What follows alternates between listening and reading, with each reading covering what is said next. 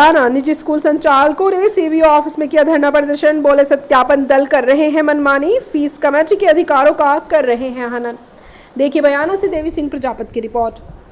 बयाना 23 अक्टूबर। बयाना block के निजी स्कूलों के संगठन स्कूल शिक्षा परिवार से जुड़े प्राइवेट स्कूल संचालकों ने बुधवार दोपहर मुख्य ब्लॉक शिक्षा अधिकारी कार्यालय परिसर में धरना प्रदर्शन किया। प्राइवेट स्कूल संचालकों का आरोप है कि शिक्षा विभाग की ओर से इन दिनों प्राइवेट स्कूलों का भौतिक सत्यापन किया जा रहा है।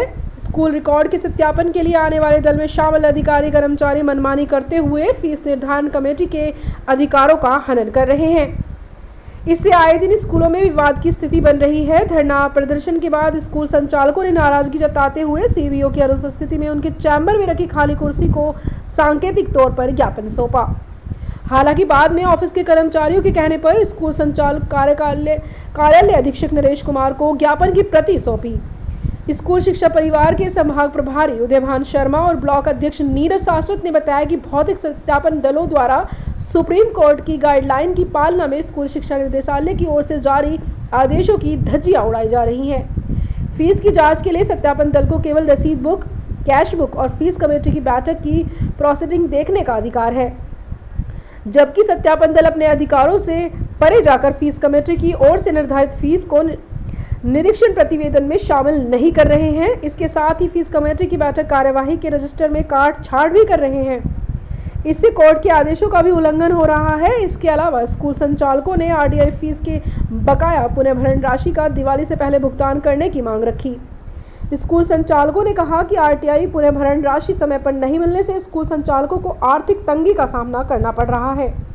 इस दौरान निजी स्कूल संचालक गोकुल शर्मा, केशव देव शर्मा, महेंद्र शर्मा, प्रदीप तिवारी, नवल किशोर कुशवाहा, रिंकू रावत आदि कई स्कूल संचालक मौजूद रहे।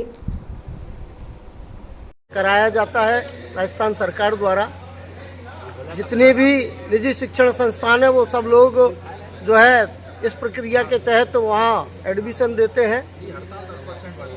विद्यालयों को विकसित करने के लिए, उनमें संसाधनों के विकास के लिए हम लोगों को अर्थ की आवश्यकता होती है, तो उसके लिए जो है राज्य सरकार ने एक नियम बनाया कि हम स्कूल में जो है फीस, स्कूल स्तरीय फीस कमेटी गठित करें, और जो कि सुप्रीम कोर्ट का भी आदेश था गवर्नमेंट के लिए, और निदेशक महोदय ने भी जो है अपने नीचे के अधिकारियों को ये आदेश दिया था। उसके तहत विधि सम्मत सारे निजी शिक्षण संस्थानों ने जो है विगत वर्ष में समय समय से जो है फीस कमेटी की मीटिंग ली है, उसका गठन किया है, पोर्टल पर उसको अपलोड कराया है, और फीस निर्धारण जो कमेटी होती है उसको विद्यालय के संसाधनों के विकास के लिए आवश्यकता अगर महसूस होती है तो फीस बढ़ाने का अधिकार है। उसमें ना 10% का उल्लेख है, ना 20% का उल्लेख है, ना 50% का उल्लेख है। जितनी आवश्यकता होती है उसमें अभिभावक भी होते हैं, छात्र भी होते हैं, और संस्था प्रधान भी होता है, और जो स्कूल की जो प्रबंध समिति होती है उसका भी एक पदाधिकारी होता है। इस प्रकार से वो फीस निर्धारण कमेटी बनती है, और वो अपने स्वविवेक से निर्णय लेकर के प्रतिवर्ष फीस बढ़ा सकती है। ऐसा सुप्रीम कोर्ट का भी उसमें निर्णय में आया है। राज्य सरकार उसको सुप्रीम कोर्ट तक ले गई, जो वहाँ केस हार गई। अब भौतिक सत्यापन का कार्य यहाँ विद्यालयों में चल रहा है, तो जिस दल को लगाया गया है सत्यापन करने के लिए, वो अपनी राठौड़ी और मनमानी और जो है निजी शिक्षण संस्थानों को परेशान करने का और दमन की नीति अपना रहे। जिस प्रकार अंग्रेज दमन करते थे, ऐसे तुगलकी फरमान उनके चल रहे हैं। लिखित में उनके पास कोई आदेश नहीं है। मेरी संस्था में भी जो दल आया था, उन्होंने जो पिछले वर्ष की फीस थी उसको उसमें भौतिक सत्यापन के प्रतिवेदन में भर दिया है, जबकि फीस विद्यालय स्तरीय फीस कमेटी ने उसको फीस को जो है इंक्रीज करके पोर्टल पर अपलोड करा दिया। पोर्टल एक बार खुलता है, उस पर जो अपलोड हो जाता है उसमें परिवर्तन होना संभव नहीं है, लेकिन उन्होंने ज़बरदस्ती उसको ऐसे भरा है। और वो भरतपुर जाकर के जब फार्मों की जांच होगी तो उसमें वो जो है मामला अटक जाएगा और वो मिसमैच हो जाएंगी फीसें। तो इस प्रकार से निजी शिक्षण संस्थानों को परेशान करने की नीति है सरकार की नीति नहीं है। लेकिन जो ये जो सरकार के जो अधिकारी बैठे हुए हैं ये दमन करना चाहते हैं, जबकि शिक्षा मंत्री का ऐसा कोई वो नहीं, सरकार की ऐसी कोई नीयत नहीं।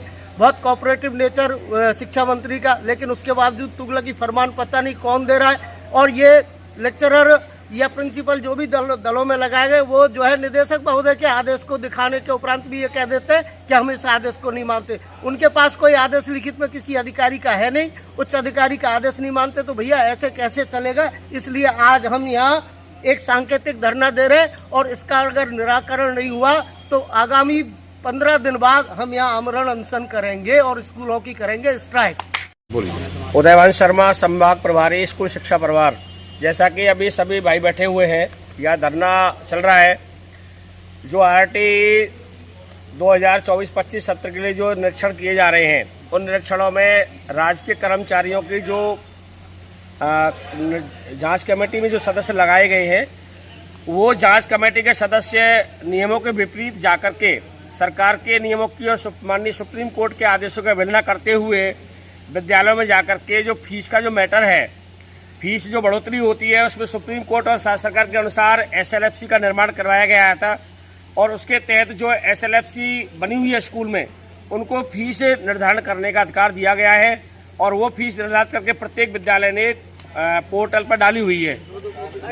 जांच कमेटी को केवल इतना अधिकार होता है कि जो पोर्टल पर फीस डाली हुई है फीस कमेटी के द्वारा और विद्यालय के द्वारा जो फीस ली जा रही है, उसमें कोई अंतर नहीं होना चाहिए।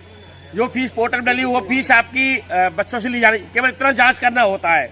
बट वो उन नियमों की बिल्कुल गलत व्याख्या कर रहे हैं, और वो क्या कर रहे हैं कि फीस निर्धारित खुद उसको मान रहे हैं कि भाई फीस हम निर्धारण करेंगे आपकी, और वो अपनी मर्जी से फीसों को उस जो प्रपत्र है उसमें वो लिख रहे हैं। तो ये नियमों के विपरीत है। केवल जांच दल से इतना कहना चाहूँगा अधिकारियों से कि जांच दल जो पोर्टल पर फीस समिति ने फीस निर्धारित कर रखी है और विद्यालय फीस ले रहा, उनको मिलान कर ले, केवल इतना काम करना है, इसके अलावा कोई काम नहीं है।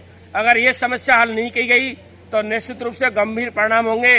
बहुत ये राजस्थान लेवल की बात है, और अगर ये नहीं तो सुप्रीम कोर्ट में भी इसका केस दर्ज किया जाएगा, और जजगण ये नौकरी के लिए करने के लिए स्वयं जिम्मेदार होंगे अधिकारी। कंटेम्प्ट ऑफ कोर्ट करेंगे। आरटी के रिटर्न आपके लिए मिलने की, आरटी में तो पैसा टाइम से आता ही नहीं है। जो टाइम फ्रेम गवर्नमेंट ने बनाया उसकी पूर्ति होती नहीं है कभी भी।